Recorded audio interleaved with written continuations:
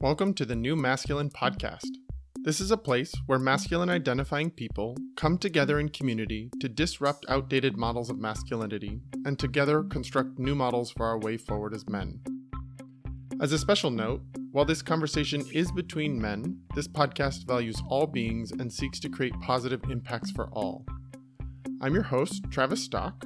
I am a master life coach, an equus coach, which means I often partner with horses when supporting clients, and I'm a teacher. In my coaching work, I am passionate about the balance of masculine and feminine energies in each of us, regardless of gender. I seek to help others nurture a relationship with both types of energy, which often leads to a greater sense of wholeness.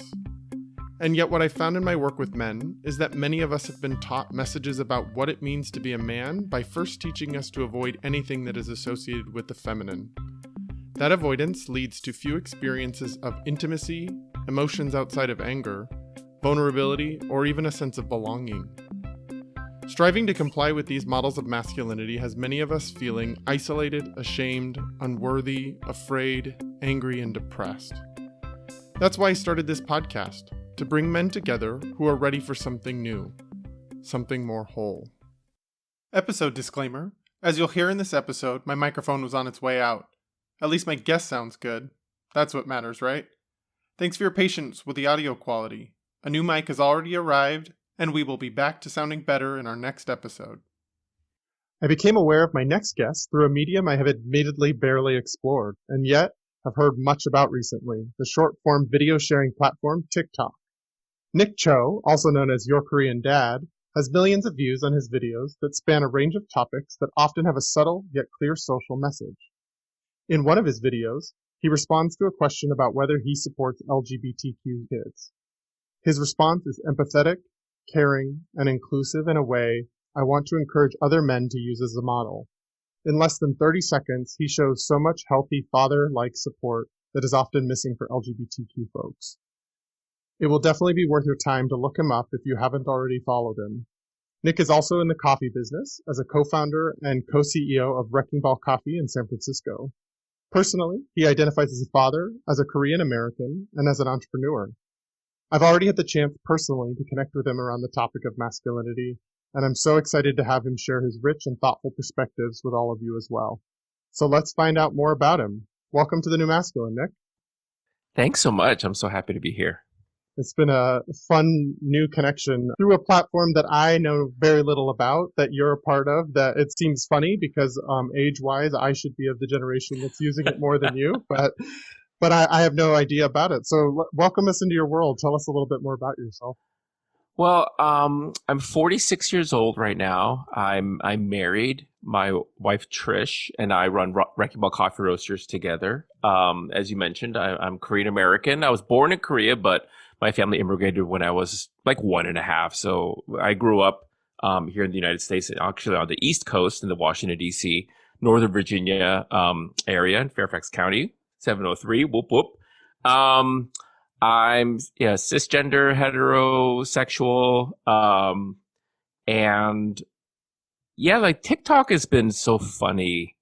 I mean, a lot of my life I feel like has been really defined by, and this is something I've been thinking about a lot more recently, sort of like the immigrant experience, and not like when people talk about people who are not immigrants, think about the immigrant experience. You tend to picture like the journey, either on a boat or over land or even like in an airplane. But for me, I'm talking about more just the kind of assimilation, the learning, the time spent that never really ends as an immigrant, just exploring what it means to be in this situation, like an American, right? An American, but that wasn't necessarily born here.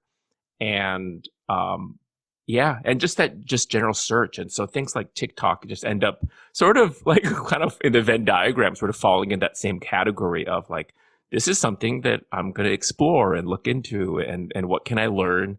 Can I learn the ropes? Can I do this? Can I be successful at it? Or is this going to be a reminder that maybe it's like, that it's not so easy all the time? Yeah, can you tell me a little bit more about your perspective and what you share on your TikTok through Your Korean Dad? Yeah, so my TikTok journey, so to speak. So I have two teenage daughters, and they said, you should really look at TikTok as a thing to do in terms of content creation, not just watching. I've been making little fun videos since I was in high school myself, and so they've known this, and they've been the in front of the camera at times when making just kind of fun stuff. We made a lot of Vines when Vine was a thing, and sometimes Instagram videos and stuff like that. We'll do Christmas cards and birthday cards like as little videos. And so they said, it should be a thing that you could do and do well. And they said, yeah, you should probably make little coffee videos since that's your expertise. I started doing that, but right away I kind of got bored with it because that's my day job, and it's not always the most fun thing to do. And so I thought about like, well, what could I do instead? And the thing that came to mind is, well, I'm a dad, I'm a father, so there's that. And especially now, I thought, it would be interesting to kind of put out there this idea of a Korean American like dad and a Korean American man, um, especially in a subversive way, in a way that wasn't playing into stereotypes and in fact was meant to subvert those stereotypes.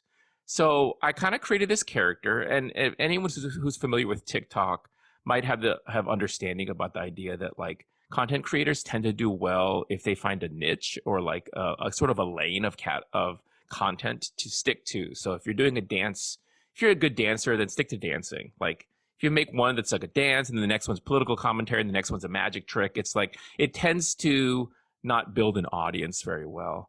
And so yeah, so I thought like, yeah, your Korean dad, your Korean dad's a nice dad, is loving and nurturing. A little bit of what, people call the POV, sort of point of view, as if you, the viewer, are inhabiting the identity of like my child in this situation. And yeah, so I kind of had this idea and I ran with it. And so it was like, hey, I'm your Korean dad. Let's go shopping at the grocery store. Hey, I'm your Korean dad. Let's go for a walk in the woods or something like that. One of them was like, hey, I'm your Korean dad. Like, let's go skateboarding. I'll teach you how to skateboard. And then right away, it's like, I don't actually know how to do this, you know, but the kids, in the video, like the kid does, and is really good. So I thought they'd be fun and cute and, put it all out there. Like, Korean culture is pretty popular with K-pop and Korean food and movies and things like that. And so I thought maybe that would kind of create like a nice little thing that I could live with and that would be fun and it would be motivated. I'd be motivated to keep it going. And yeah, it has been all those things, but then it's been so much more, and a big sort of thing that I didn't anticipate at all was the idea that not everyone has a dad, or not everyone has a loving dad, or a nice dad, or one that's around, or So I've been getting.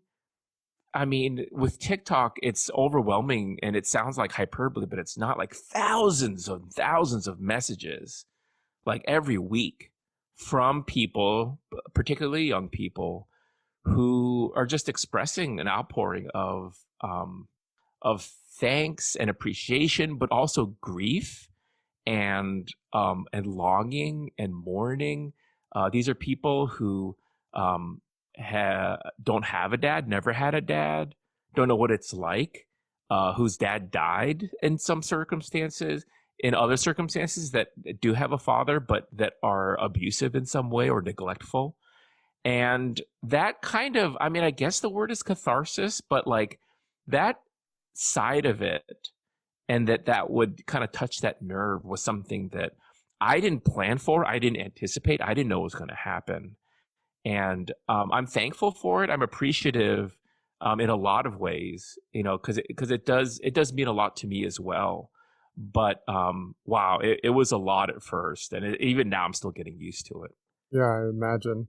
I think that's kind of why I felt really drawn to having you as a guest on this podcast, is because as I saw your message to LGBT folks and kids who are LGBT, there are missing positive male figures in many of our lives. In many places, we get rejected. We get sometimes at best we get tolerated, not even accepted, not loved. We don't even get to have that sort of emotional connection to our fathers sometimes. And so you going on there, even in 30 seconds, you can model something in a way that is not cramming something down someone's throat, is not lecturing somebody about what they should do. It's just modeling something and allows people to receive something that's really powerful.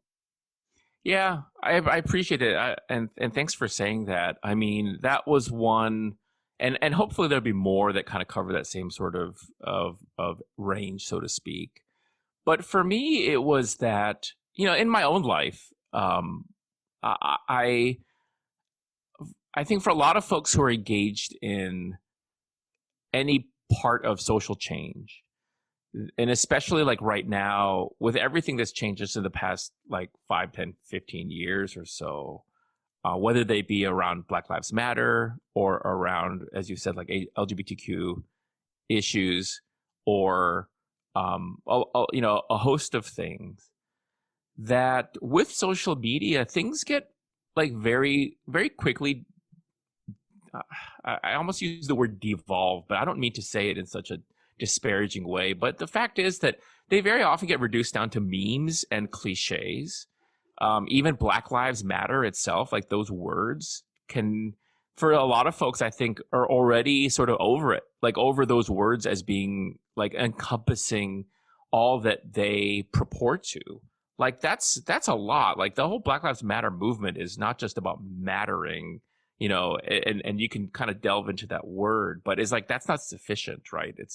It's really about equality and equity and justice. And so I try to find ways of saying things in my own way, but that ultimately not just express that I understand, but that to some degree that I share, I can feel some of your pain, through it. I did one that was during the, when the about a week or two after the George Floyd, protests and the Black Lives Matter protests started happening again this summer, that was specifically directed to Black people, and that message, said like it wasn't one, again, that was about like just repeating the stuff that you can find on Instagram or Twitter, like, but coming from me this time, like that wasn't enough, because I don't know that that's sufficient. That's not what I would want. I would want more than that. I would want to feel seen. And so I said, like, on that message, like, I see you, I see how tired you are and how this is exhausting, and it's really painful to be out there, thinking about this, reliving these things. And yeah, just like wanted to focus on that one part of it. And like with the LGBTQ message, which in that situation, my message fundamentally was about, again, like how it can be hard, and it's a lot, and it's a lot not knowing if people, and wondering if people are going to accept you, like kind of starting from that position of doubt. That's really hard, and that's not really something I've experienced personally in my life, but it doesn't take that much for me to be able to empathize in that way, and ultimately like see how that might be a big part of people's experiences, but also one that doesn't get talked about very often. And it sounds like you have some perspective on it, but you're also like living in this character and living in this in this content that you're creating. And so I wonder if you actually sometimes know the level of how radical that is to see a man who's just showing up saying, I see you, calling out specific groups of people to increase representation so that people who are viewing your content know, oh, he means me too. It's not, right, oh, he means these people, but probably not me because I'm gay or because I'm Black or because I'm something else. It's just that you're like actually calling out representation and not just saying, yeah, I'm fine with you. It's saying, I love you. I see you. I see your struggle. I'm proud of you. I heard proud was a word that I remember you saying on your video towards the LGBTQ kids, and that's really powerful. It's just something that I hope that you, on top of the messages that you're hearing from people, as a person myself who's doing masculinity work and having these conversations a lot, it is pretty radical for someone to take their platform to take their visible, where they're seen in the world, and to make it about seeing others and empathizing and putting yourself in their shoes. Yeah. No, I appreciate that. I mean, in that phrase, that sentence, like, I see you, right? The emphasis can be on any one of those three words. It can be about I see you, like it's about me, not just other people, but me, like I'm the one who's seeing you. Like if I was some kind of celebrity or whatever, would it be important that you feel seen by that person? Like maybe, I see you, like there's a lot of things, and I also see you, like that's nice too. But I really personally wanted to focus on the you part, that ultimately it's about feeling like a connection through this goofy medium of TikTok that's full of memes and dances and things like that. Like, is there a way to speak to the person themselves? And for me, it's like a lot of things on the internet. It's its own little challenge of sorts. Like, can I break through it in that way? And the feedback I get is that I have.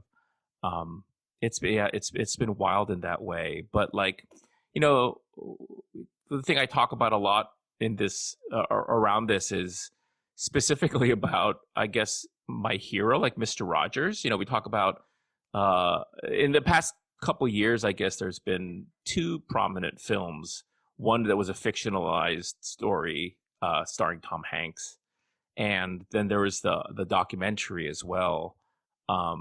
One's like, I don't remember what they're called. I think one's like Beautiful Day Neighborhood, and other one's Won't You Be My Neighbor? Like the two most famous Mr. Rogers catchphrases. But I've been sharing with people that I was really afraid to watch those movies because Mr. Rogers really has been a big hero of mine. Like, I grew up in the 70s and 80s, and so I grew up with Mr. Rogers. Mr. Rogers and Sesame Street were in many, many ways like my American parents. Like, I have Korean parents that we immigrated with, but that I learned English watching Sesame Street. And so much of my upbringing was really informed by Mr. Rogers. And only now do I see how influential he was in my life, in combination with other people that have really been my mentors growing up. But when you look at Mr. Rogers, I think that, like, especially when he was still on TV, he was the butt of a lot of jokes, and kind of, as and there was actually a lot of conversation about whether or not he was straight or not because of the way he carried himself. For a lot of people, it read gay, it read effeminate in some way. Yeah, it's anti-masculine in some way. Everything about him. Right. But the thing about Mr. Rogers, that if you let yourself pay attention, is the incredible strength that lies in that person, in that human being, like, in a way that is so singular in focus, completely focused on the health and well-being of children, especially in an emotional, psychological way, uncompromisingly so. That, like, really there's no one like him that I can think of in history, maybe even. Like, I'd have to think about it some more, but I can't think of anyone off the top of my head, who had one single focus that was so important, but that he dedicated so much of his life to in that way. And, to me, it's like, we're talking about masculinity, obviously.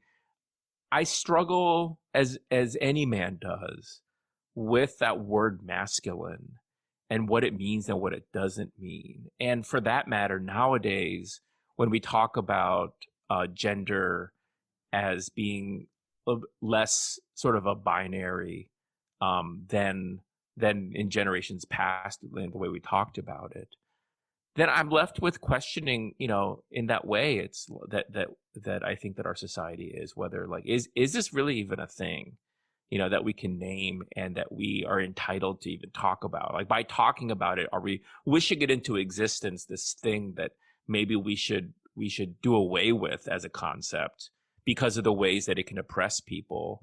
But the flip side of it is that there is, it's not, is it purely a social construct? Is it just a thing that we make up because we like a certain type of order and power structure in in human existence? Or is there something that's more based, that's more like almost genetic, that's part of our evolution, that's developed in this way? And then I look at Mr. Rogers, and I just think about how I don't know the answer to those other questions. What I do know is that like that man right there, I want to be more like him. Yeah, I mean, I love the questions you're asking, and I think they're so appropriate for the broader conversations hosted on this podcast around, is it nature? Is it nurture? Is there something that comes genetically through testosterone and being male, biologically, that creates masculinity, or is it this social construct? And I guess where I keep landing as I keep exploring that is that our ideas of masculinity have changed over time. Like the 1950s male is very different than the masculine ideals of right now. The masculine ideals of the late 1800s, very different than what they are now. And so if they're evolving and changing, that to me feels like there is this huge element of the social landscape of everything. I think you're getting to also see, as social media comes around and we're more exposed to different kinds of things, you see the way, like even just the male physique over time and the ideals around the male physique. And now we have all these Instagram bodies and superhero bodies that we're paying attention to, and it shifts the dynamic and the cultural language. It used to be that men who took care of their appearance that much were like to weightlift and to have abs were probably gay or less masculine in our culture. And all of a sudden now that's the ideal and that's the extremes that we need to go to in order to live up to that masculine ideal. So to me, whether or not you can decide it squarely lands in one, nature or nurture. Nurture has a ton to do with it and has a huge role that it's playing. Sure, for sure. And the way that I tend to think about these things is that there is a biological basis, to a lot of things. There's a biological basis to violence and to like a lot of things that people do, biological basis to selfishness and all these things. But that, ultimately our sort of like ultimate calling as a human species, and the thing that maybe defines us as as who we are is whereas for animals, like one way to sort of frame the difference between us and animals is that like animals are stuck with their base sort of instincts, and that's the realm that they live in. Whereas for us, it's like whether you believe in a higher power or not, like we're called to struggle with those base instincts and ultimately to come out of that struggle in a way that's healthy for ourselves and for everyone else too. It's interesting. I've never really thought about it as like part of what separates us and makes us different from the rest of the animal kingdom is that sort of existential crisis, that existential like, what did I come into this world as versus what can I become? And that constant tension between instinct, survival mechanisms, and then this like social creature that we've developed into as humans. Yeah, I think that as men, I mean, even like the whole subject of sexual violence becomes really scary because, and this is again something that I feel like I've never heard really discussed, and I've seen a little bit written about it, just about like, is it in man's nature to be violent when it comes to our sexuality? And, I think I can talk about these things on your podcast, like even sort of positing to some of my friends who are women and talking, who are, as anyone should be, like very vocally, speaking out against sexual violence, then asking like, but, in an intimate situation and within a consenting sort of like environment, like, do you like for your male sexual partner to get a little bit like rough in that context? And like most of the time they'll say, yes, that's appealing in some ways. Like, well, how do we reconcile that? How do you say like, I want violence, just not more than this much, kind of thing, and of course, like consent is ultimately the way that we talk about it. Like consent is the thing that kind of is like the pass of sorts. But I feel like for a lot of men, like it ends up being some degree of confusing for them, like how to reconcile that still. It's like if the gate is a gate up or down in terms of being able to express yourself in that way ends up being about consent. It's not the most, it externalizes something, right? It externalizes that managing of your own kind of inclinations. Whereas, a healthier place to do that would be to more internalize that, like more on the inside. Like, is this a thing that lives in me, and how do I deal with it? How do I live with this like every day, not just when it's a certain kind of situation. Yeah, and I just feel like I feel pain and I'm sad like a lot for men in general. There are these like complex, nuanced issues that we really deserve, and the non-men out there also sort of deserve and demand for these things to get worked on, for us to do that work, as they say. But that fundamentally, like, either we don't give ourselves the space or the time or the vocabulary or any of, like, very almost none of the tools to be able to really address these things. And so then we're left just kind of feeling another version of inadequate. And then for a lot of men, then it becomes like this sort of the toxic masculinity thing, as we sometimes refer to it, like kind of creeps back in because of that confusion and that uncertainty. Well, it's a snake eating its own tail. It Yeah. reinforms itself. And to me, that when I see that playing out, based on my sort of background in social work and psychology, that to me often comes when there is trauma, and like a trauma pattern is self-informing in that way, and keeps itself going in that same loop. And I think that it's not just that we haven't, as men, haven't given ourselves the tools. It's that our culture doesn't give us the tools. Our culture actually takes those tools away from us at a very early age, telling us what it is that we need to be in order to be a man in this culture. And I have had guests on this podcast that have written books and are psychologists that are talking about the relationship between masculinity and sexual violence and sexual coercion. And there is no biological trait that's found that increases violence between men and women. But what they're starting to posit and look at is that the ways that we tell little boys to avoid their vulnerable and caring emotions, and we don't teach little boys how to experience empathy, is we put this artificial gap between us and the opposite gender or people of other genders that don't have the same experience of us, where there's this distance between us, which once there's that distance there and your ego gets triggered, then you're able to treat someone less than human or less than you and use power dynamics over. And so there is a lot of exploration. And I would encourage people that are listening to this podcast, if you haven't listened to the episode with Dr. Ronald F. Levant, it does go into this concept that it's not causation. Masculinity does not cause violence, but there is a strong correlation. And yet the vast majority of men are also not violent and are not participating in sexual violence that's not consensual. And so how do we tease out that relationship to create a safer world for all people? Yeah, especially when we don't, like you're saying, like, especially when we don't talk about these things. So much of our socialization really is based on what we observe in others and sort of an assessment of what's normative and what's not.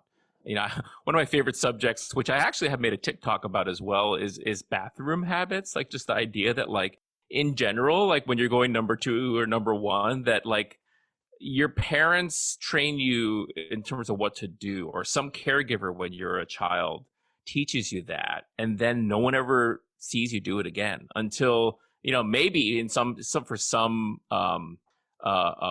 couples and intimate partners, sometimes you observe certain things, and then it becomes conversation there too. Like, wait, what are you doing? Like, who taught you how to do that? You're doing that wrong. That's not how I do it. Right. But like when you've lived your whole life doing it a certain way and not even considering or having to consider or like observing any other way to do it, kind of thing. And how does that, manifest in so many other things that we do or don't do? Yeah, it's so clear. Like, even as you were starting to talk about bathroom habits, it made me think of like even the culture and socialization that we have around as men about what we do and don't do in the bathroom together. When we're standing, we don't know where your eyes are. Do you speak? Do you not speak? There are very clear social rules there that I'm not sure anybody sat us down and verbally said, don't do this, do this.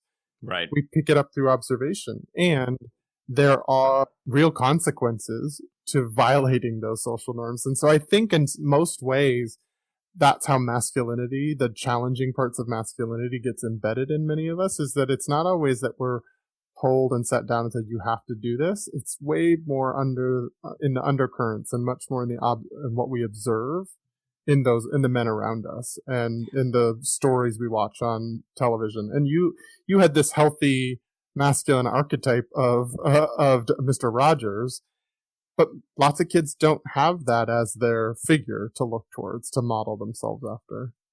Or and I think that this, is part of it too. Or they look at Mr. Rogers and they consume him. They experience what he's giving, but for whatever reason, it's not a modeling for them. Like, I think that idea of modeling, in my experience anyway, and I don't know exactly how to explain this, but I think I see you nodding your head. I think you know what I mean. That like they're just different people in that way, and they're people for whom maybe it's like when we talk about leadership or things like that, but they're people for whom you look at someone like Mr. Rogers and you think about how you can be like that.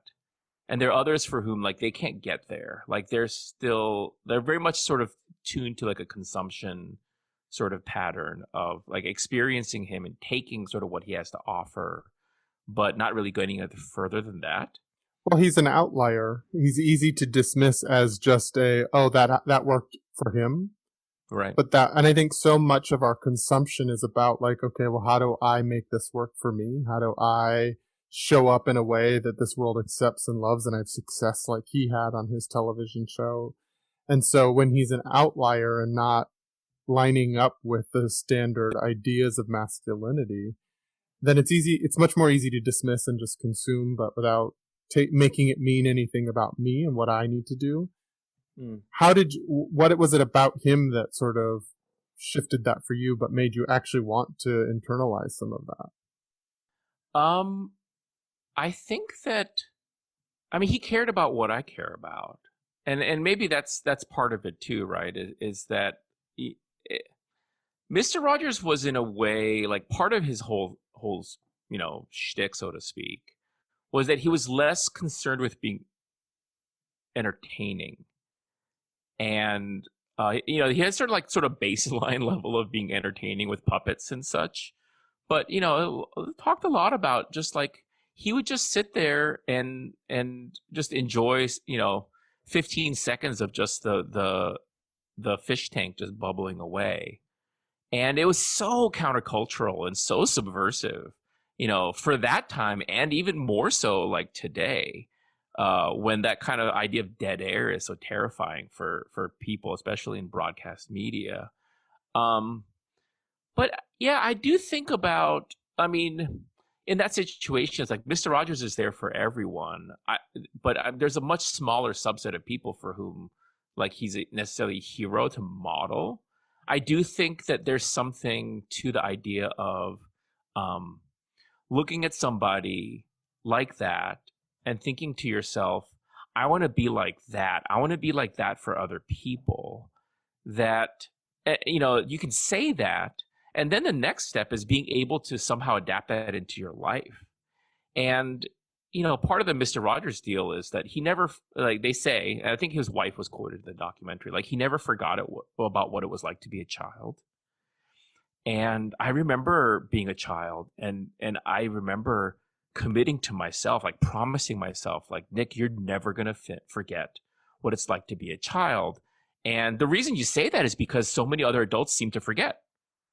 And what makes me special in that regard? Or am I full of shit in that way? Like, I don't, that's a whole different thing. But I think my family and my kids would attest like that. if there's one of the things that's been consistent is that I do seem to understand, what it's like to go through the things that they're going through, even if it's not the exact same thing. But yeah. And so what is it about other adults that makes it so much harder, if not impossible, for them to remember in that way? And I don't know, like I don't know whether to credit my parents and others that helped raise me, that gave me so much love, that it kind of opened that pathway for me in a way. Like, I think that's the cliched kind of answer. I also think that it's just my like psychology and just the way that I'm brought up, like just the way that I am. It happens to be like almost like a muscle of sorts, maybe, but what's clear is that I don't want to, in any one of these circumstances, like I don't want to sort of overstate the rarity or the exceptionalism or like whatever regarding these things. Like I everyone's different and everyone has different sort of tunings in that way. And I don't know, just like for any one of us, like I don't know why I'm the way that I am, but I can do my best to talk about it, I guess. Well, I value that you don't want to overstate that, but I may overstate it for you because I do have a value system around. There are a lot of things in our culture that get a lot of attention and they get overstated and that get forced down our throat over and over and over, that they're high impact, but they're low substance and they're not connective in the ways that I see you doing that. And so while you may not want to overstate some of your qualities and things you model yourself after, it's part of my value system to keep lifting up, especially men who are being more connective, who are being more empathetic and putting themselves in other people's experiences to help them understand the world rather than their own perspective being the only thing that informs their worldview. Because we're seeing a lot on our political landscape. We're seeing a lot in our entertainment industry that there's a lot of challenges right now that are going on. And so if we don't lift up voices that are doing it well and saying, hey, I do want to be like that. I do want to model after your Korean dad. I do want to. If we're not doing that, then those voices aren't heard and they're not part of the mix in how we continue evolving this conversation. Yeah. Yeah. I mean, a big part of my kind of worldview or the lens that I look at everything through is really sort of my whole life kind of wrestling with that idea of racial justice in America, just being such an important, prominent part of kind of our American story, our collective as well as individual stories. But ultimately, as a Korean American person and man, trying to find my own place in that, both of those things. Because it's about people and about big questions around people. Anytime I hear, someone's going to talk about race, or today we're going to talk about race, like my ears would perk up. And then within a minute or two, my heart would sink a little bit because I'd realize like, this is about black-white issues. Literally like the black community and white people and such and such. Just for over decades, and trying to figure out how that relates back to me and my experience in that way. Am I supposed to pick one of those two sides and just jump in there? Like, is that how it works? Or is it that like I'm supposed to wait my turn and it's never going to get a turn, kind of thing? But realizing, in the past, I'd say 5 to 10 years, that everything started taking more clear shape to me.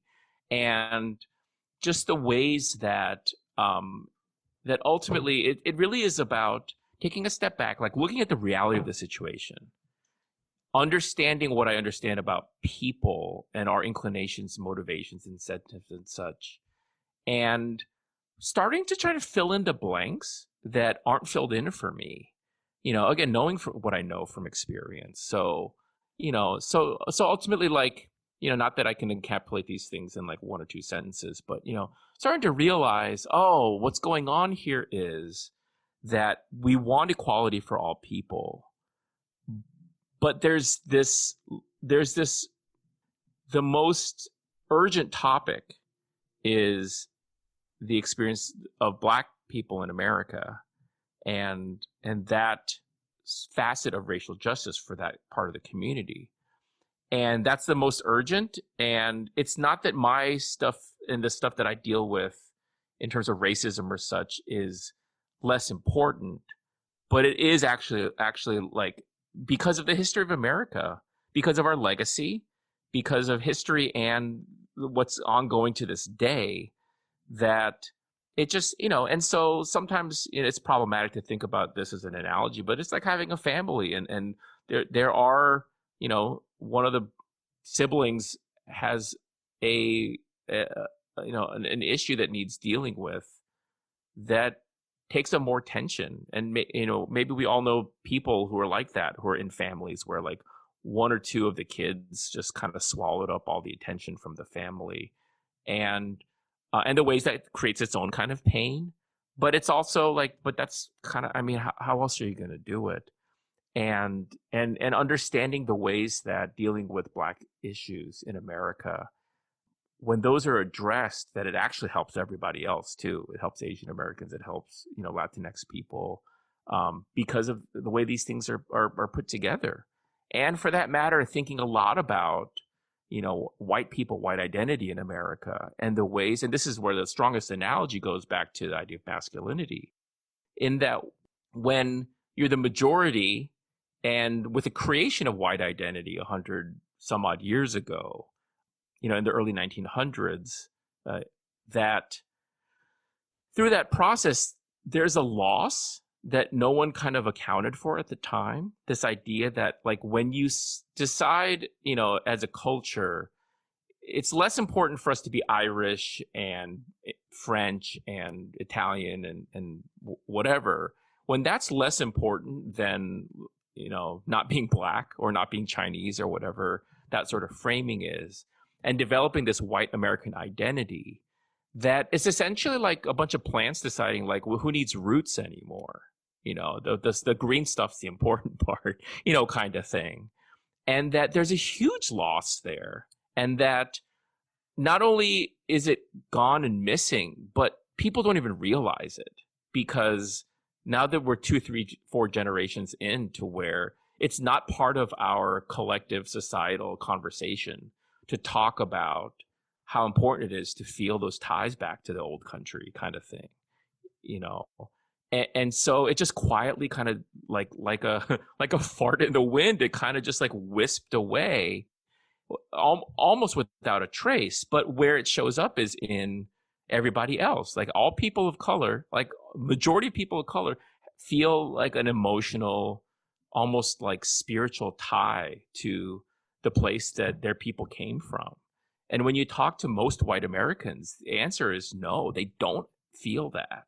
And like, how do you start to rebuild that then? Because to me, like, that's one of the keys to actual like racial harmony, if there's such a thing, is that white people have to sort of get back in touch with their roots and start to understand that, you coming from your grandparents coming from England and from France is just like my grandparents coming from Korea.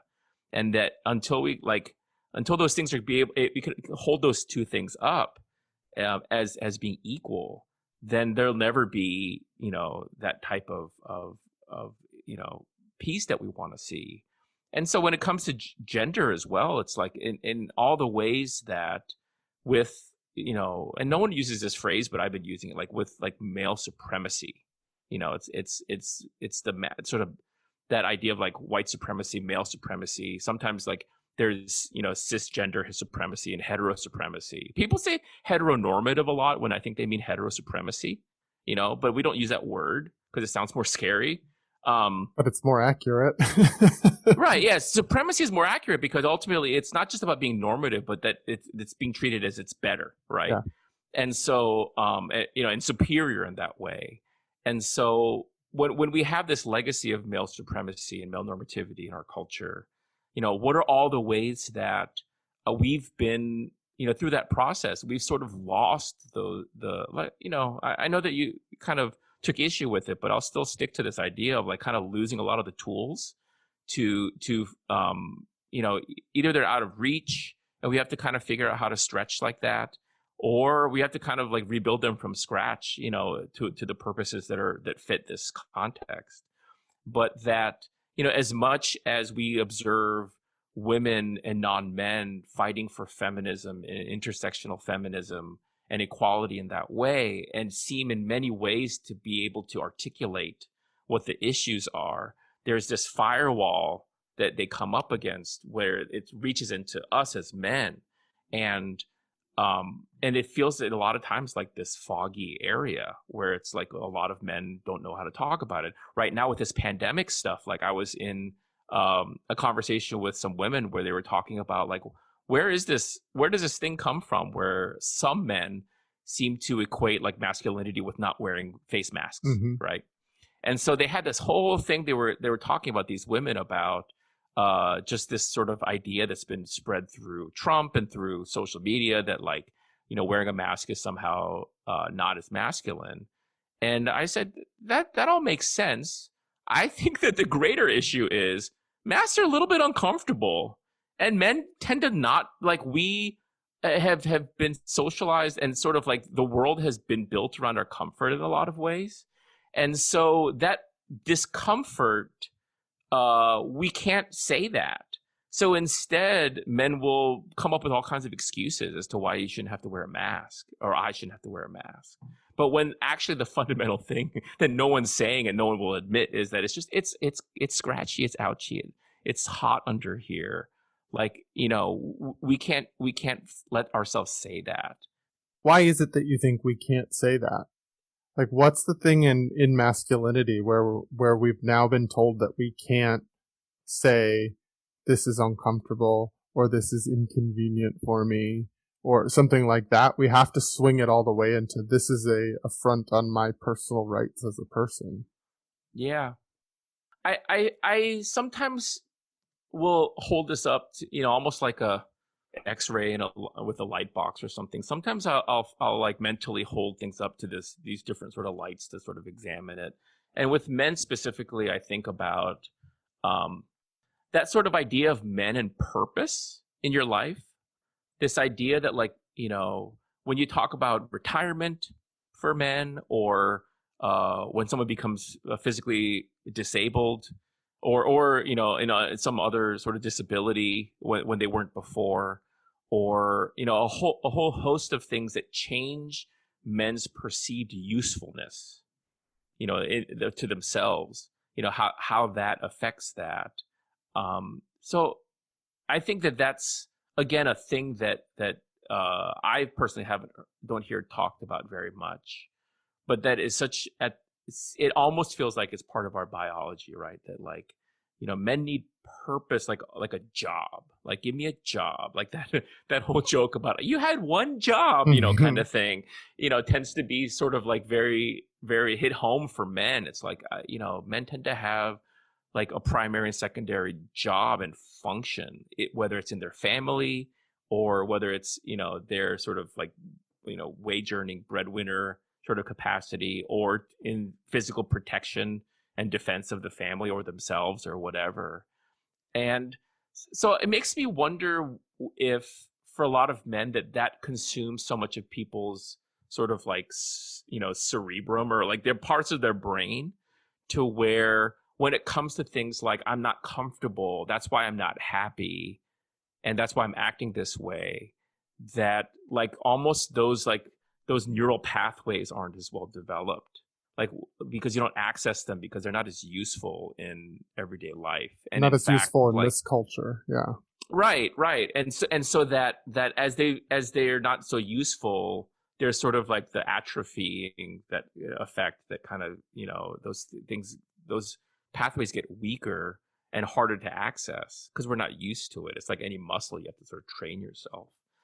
I think that I would argue that we as human beings have this essential need for a sense of purpose. I think different religions and philosophical perspectives have been exploring that through time. The concept of dharma, the purpose, having something guiding you, even just religion and having a higher power that sort of has a fate for you.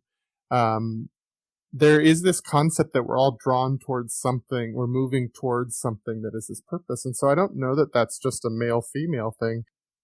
I think that's a sense of purpose. And then so there's a genetic component for purpose in all of us. And yet then what our culture teaches us is what's acceptable as purpose. Like for men, it's taught to be the earner, to be productive, to get a job, to provide. But for women, it's to care. It's to have children in many ways in our culture. And so I think that how we talk about purpose and what we allow there to be available from really early on influences that sense of purpose and what we're driving for.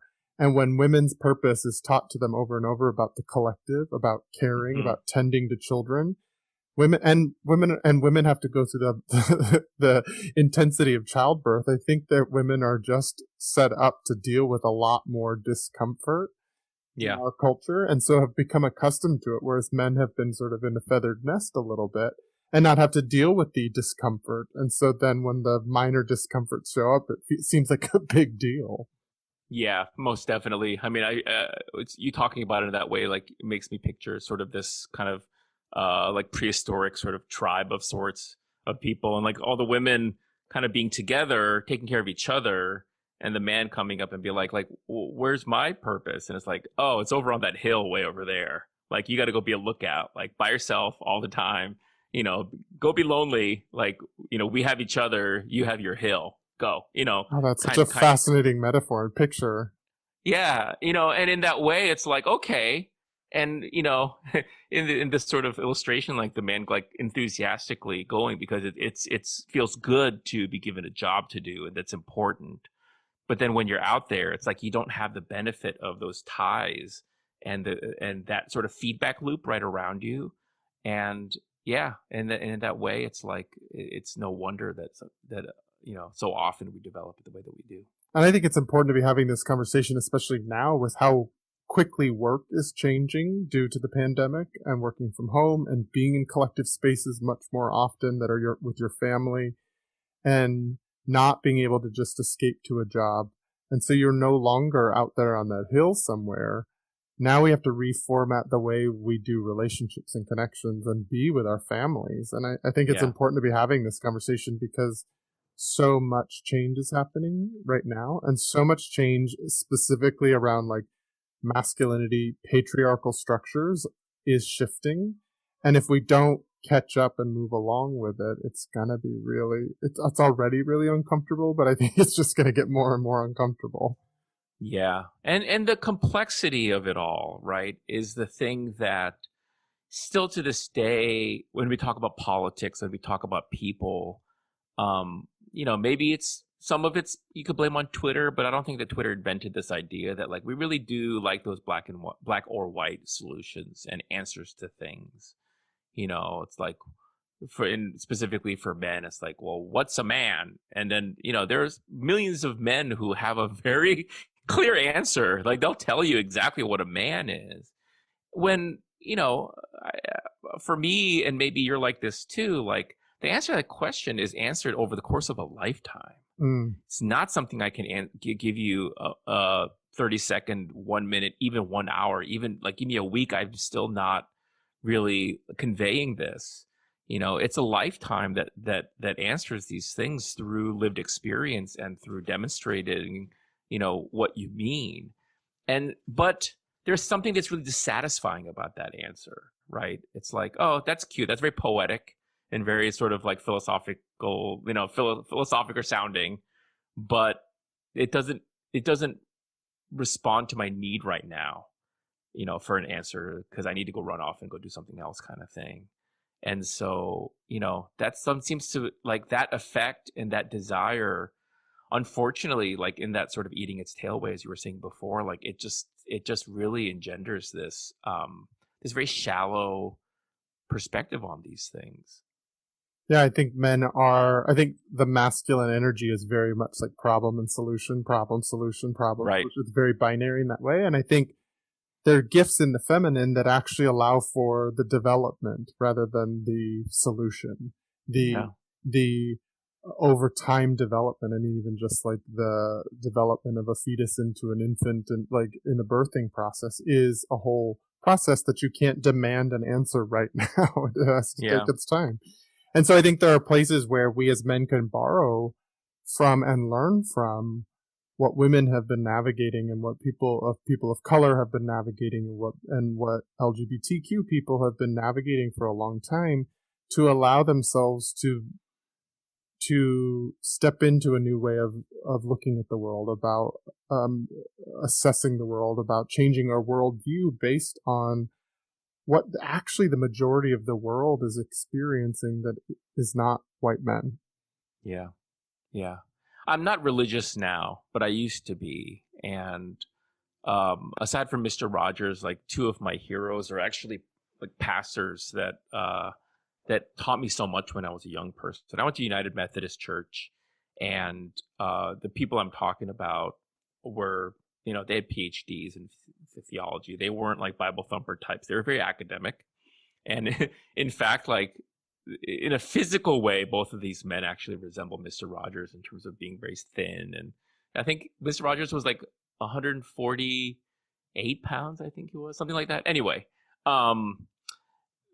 the one of the things that one of these that I was taught as a teenager, so my youth pastor at the time, this guy Daniel Shin, um, he kind of hinted to me, like, I have this thing that's like my like his like the ultimate calling sort of idea. And he kind of withheld it for a bit, and then finally he shared it with me, and he said, like, I believe that our greatest calling is to creatively disturb each other. And I was like, my brain just exploded. I'm like, creatively disturb. And this is a guy whose English was like non-native English speaker. And so like, it's like slightly, maybe not the what somebody else might say, but yeah, his thing was like, our job is to creatively disturb each other, like as much as we can.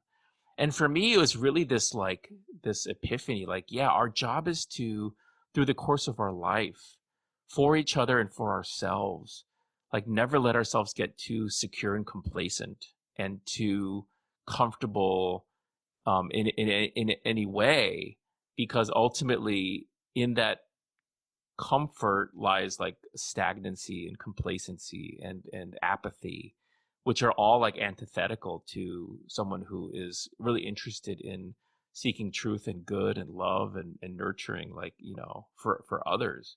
And so that constant tension, again, like going back to Mr. Rogers, like a person who just seems so calm, and for a lot of people, like so boring, in a way. But like, to me, it's like, no, he's so not boring. Like that guy, again, is so dynamic and so like just amazing in that way. And the ways that he chose to creatively disturb, people, and, taking a step back, like in the ways that we might overvalue like follower count or clout, in social media now, like that guy took a tiny show on a Pittsburgh public television station, effectively like third tier market. Sorry, Pittsburgh people, but then having it be national, not only like shown nationwide, but like, part of his whole story about how like he was able to save public television when they were trying to get rid of it, because he was able to convince, a congressional committee about the value of just those quiet moments of where children need to learn what's healthy and what love is. That's that's so epic. Zuckerberg or, whoever, like, never accomplished stuff like that in front of Congress. Yeah. Yeah, I've heard you talk about this concept a couple of times in our private conversation, but now again here, this idea of like silence and space and how important silence and space is. Can you talk a little bit more about your perspective on why that's so important? I do think that, I mean, it's funny you say that, because people who know me and my family would say I'm a pretty wordy, chatty kind of person. No way. Yeah, but that said, that yeah, it's just like that idea of like making space for things, and the ways that maybe we can say, like, as men, that our inclination um, is very sort of, there's the bias toward action and To take up words. space rather than to leave space. Right, right. And so, leaving that space open for others and for the other things that can fill it. Um, it can be hard, but it takes practice. I'm practicing, like I'm working on it all the time myself. And yeah, I think there's a fear there when you leave the space that um, that it feels like it can feel uncomfortable. Going back to the mask thing, like it can feel uncomfortable, and um, there's a strong inclination to want to alleviate ourselves and others from that discomfort. But it's one of those things. Yeah, it's. I think that it's there's stuff to learn from that, or just experience, or even just to take a break from learning. Whatever it is in those moments that yeah. And so yeah, I feel like trying to fill it all the time, it really does kind of it trains us to have a certain sort of like frame of mind when approaching anything that that not only can be sort of like harmful to ourselves, but like harmful to others too. Yeah, I think it does train us to be very much in that sort of I have to create everything and I have to do it all. It's sort of like what you were saying about that image of now you go on the hill, you go do your job over there on the hill. It does train us to be isolationist in some ways because it means all action is on me. It's not a co-creation ever. And so when we don't even leave space for there to be co-creation and to be inspired by others and to see what others bring into that space that we leave and Yeah. watch what it does. I mean, you were saying this whole concept of creative discomfort. Mm-hmm. Is that what you said? Is that the words you use? Yeah, like creatively disturb. Yeah. You say creative disruption is one way to put it, I guess. But silence can be that new tool for creative disruption, creative disturbing, because you're right. It does feel uncomfortable, oftentimes to run up against that silence and against that space. But who are you as someone that confronts that scary thing? Are you someone that avoids it? Are you someone that fills the space? Are you somebody? It actually is a tool to learn more about yourself and to grow if you allow it to be. Yeah, the discomfort thing is such an important pathway to so much more empathy in that way, I think. And again, like I don't think it's a coincidence that say what you will about sort of women and clothing and things like that in terms of, prioritizing appearance over comfort. But I know that that's been sort of an interesting kind of eye-opening thing for me over the years, just getting more fashionable and being a little bit less comfort prioritizing. But what you're talking about also reminds me of another thing that I think is been really helpful for me in terms of the framing of a lot of these things, which is this idea, like, when we talk about race, there's a different way to delineate these things that isn't very popular, but is a little bit like relates a little bit to what people talk about sometimes. This idea of colonizer culture, you know, um, and sometimes that's just a euphemism for like, white supremacy or whatever. But I think that it's there's something more to it than that. So like like colonizer. So what are we talking about? Colonialism, like imperialism, this idea, and it's not only the purview of white people through history, right? It is the purview of a lot of European history. It's also like a lot of Asian history, like Japan was a hell of a colonizer. I'm Korean, like Korea actually never colonized anyone, for better or for worse. China and other countries have done this too over history. But, when you're talking about it on the individual personal level, like what does colonizer culture mean? It's like, well, I think of colonizer culture as I see something of value and I'm going to take it. I wasn't invited to take it. It wasn't mine to take, but I'm taking it nonetheless. And in return, I offer what I see fit. I decide how much I give you, and like to me, like that's sort of colonizer mentality. And so when looking at any given situation, do you think about how does this work for everyone? Or do you think about it as how does this work for me? And how it works for everyone else is like that's their problem kind of thing. Like that to me is very much colonizer culture. And I can say that because it's not, a lot of people would think that's just human instinct. It's not. It's really not. Not in You my know, worldview, that's for sure. no, that's the thing. It's like, one of the things people, I've not only have I traveled to Korea a lot, but I've been able to travel with like, bringing friends and going there for like, coffee industry events and stuff where it's a gathering of people from around the world. And one of the things that like just blows people's minds is the way that you could leave your cell phone on a park bench, forget it, come back 6 hours later, and it's highly likely it's still sitting there.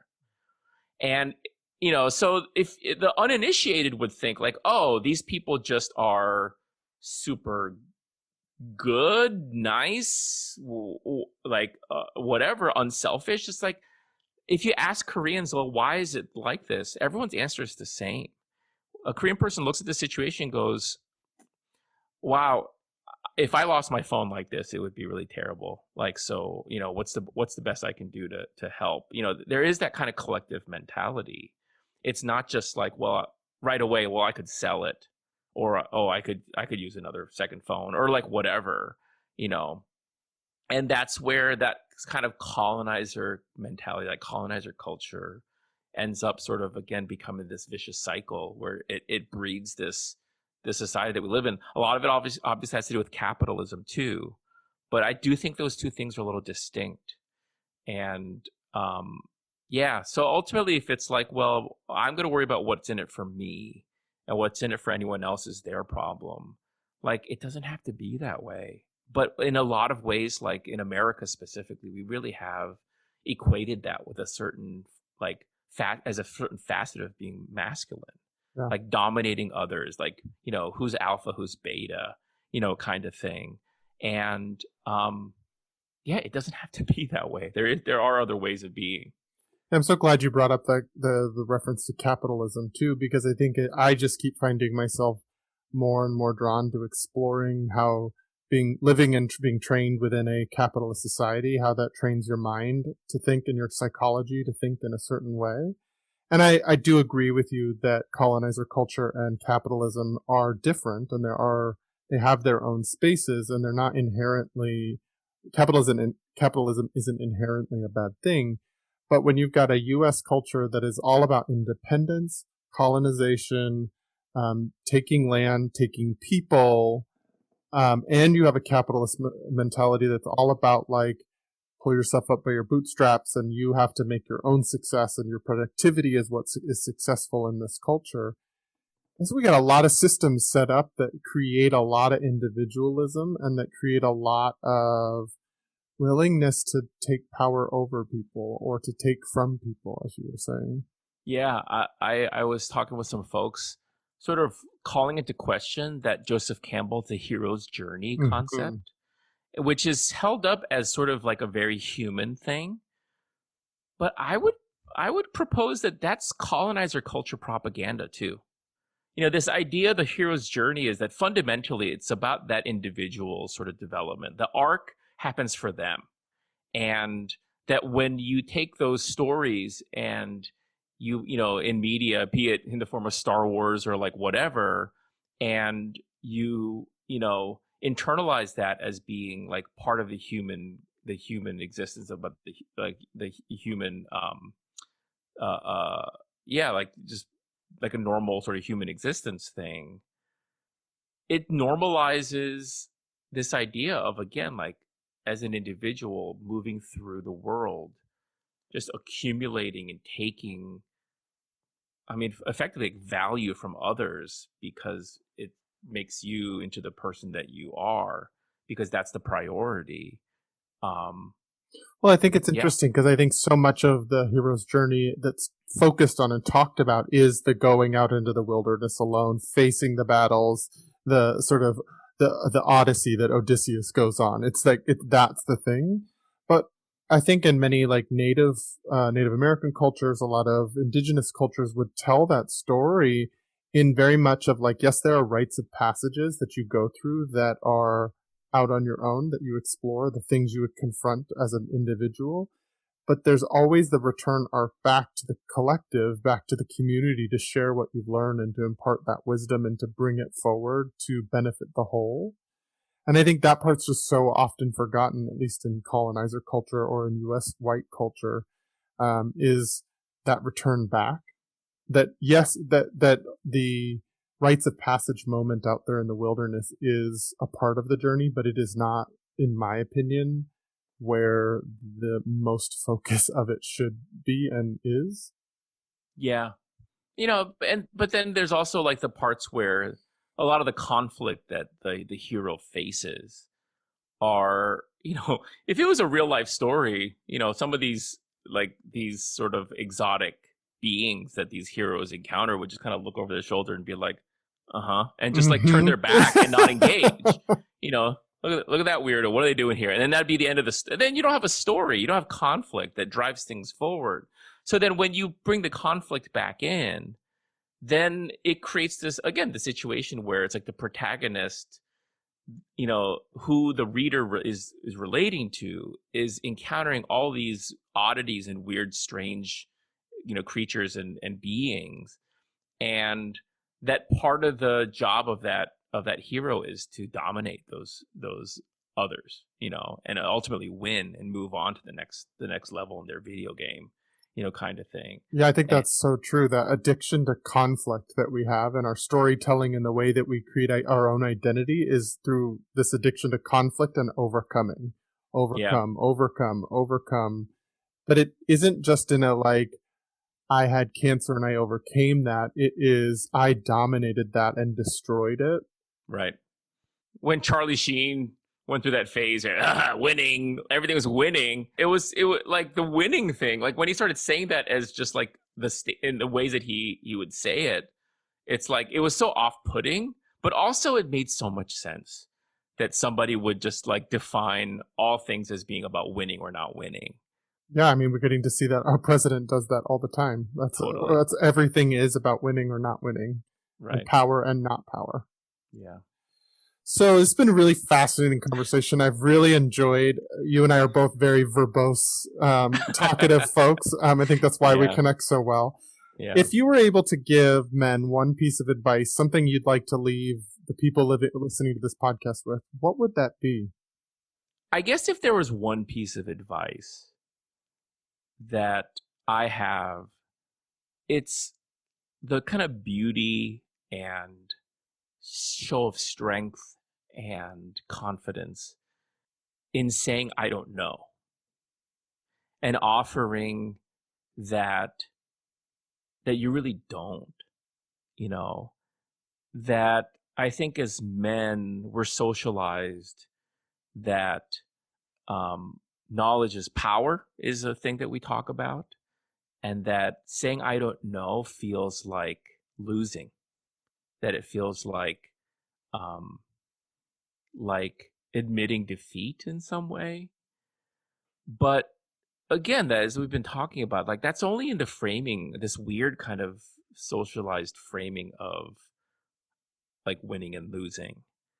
But that when we're really seeking truth, and the truth of the matter is that you don't know, that I just find like that even to this day, like it just is so rare and refreshing when specifically like a man says, you know what, like I don't know, I don't know.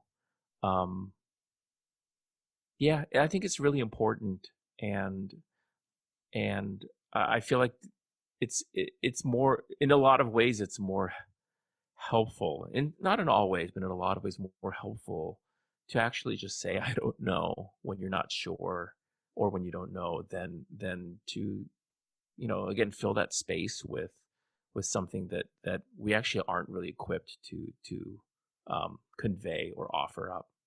Yeah, that I don't know, as you were just saying, like, is that moment right before the silence, right before the space, where the growth edge is for many of us. To know who you are in those moments that you don't know, and when you don't fill the space, when you allow the space and see who you are as you navigate that, I think that such a beautiful, like, sort of wrap up of everything you're talking about, and a beautiful way to sort of like point to where the growth edge is for most of us as men.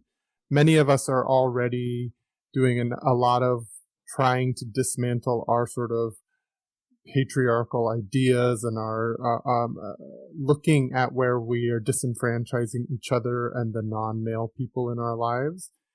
And yet there is still more to do. There's still another growing edge there to see who are you in the unknown when you do say, I don't know. Thank you for sharing that. So if people wanted to connect with you, find you out there on the interwebs, how might they do that? Oh, wow. Well, I'm on Twitter, Nick Cho, Nickcho, and then I have nickcho.com. That actually is one of those websites that has a little icon for every kind of like social media or like whatever that I have out there. So yeah, that's one way to find me. But I don't really have anything to promote. We make coffee. It's yummy if you want. You can find me there as well. But otherwise, I just, I wish you well, Travis, and I wish everyone well. Thank you so much. Yeah, I think my introduction to you, as I said, was through TikTok, so you can find him on your Korean dad. That's right, your Korean dad. It's worth watching. It's worth being entertained. It's worth watching the sort of subversive way that you're sharing a perspective, but in a very like non-threatening, very accepting and inclusive way. I think it's really powerful. And closing in on 400,000 followers, which blows my mind. Oh, that's insane. And I've, as of a couple of weeks ago, I have inspired at least one copycat, which is fantastic. It was weird for like a day, kind of like awkward, but then I realized like what a wonderful thing to be able to share with other people. Right. Remind me what it is. You told me before. This person started doing, their name's Thaddeus, I think, but they started, hey, I'm your non-binary uncle, AUNCLE, like non-binary, like mixture of aunt and uncle. Yeah. Uncle. And is doing a lot of trying to connect with LGBTQ and specifically like non-binary and trans kids. And it's beautiful. It's beautiful to see. And what an honor to have been able to like inspire something like that. And they did credit me with that. So that is so powerful to know that your sort of influence has been inspired somebody else that's creating even more inclusive and knowledge-based communities about certain people that don't usually have a voice in our culture. Yeah. That's great. If people want to connect with me, you can go to my website at travisstock.com. You can go to my Instagram at travers03, or you can email me directly at travisstock03@gmail.com. This podcast is also on Patreon recently. I'm using this Patreon as a way to help me continue this movement, but also to help support organizations that are doing good in the world. And so it's a pay it forward kind of thing. Things that you contribute, part of those contributions go towards organizations that are doing good in the world. So if you want to check that out, go to patreon.com/thenewmasculine. Again, that's patreon.com/thenewmasculine. Thank you so much, Nick, for joining me. It's been a pleasure to have this conversation, and I look forward to our future connections out there in the world. Likewise. Thanks, Travis.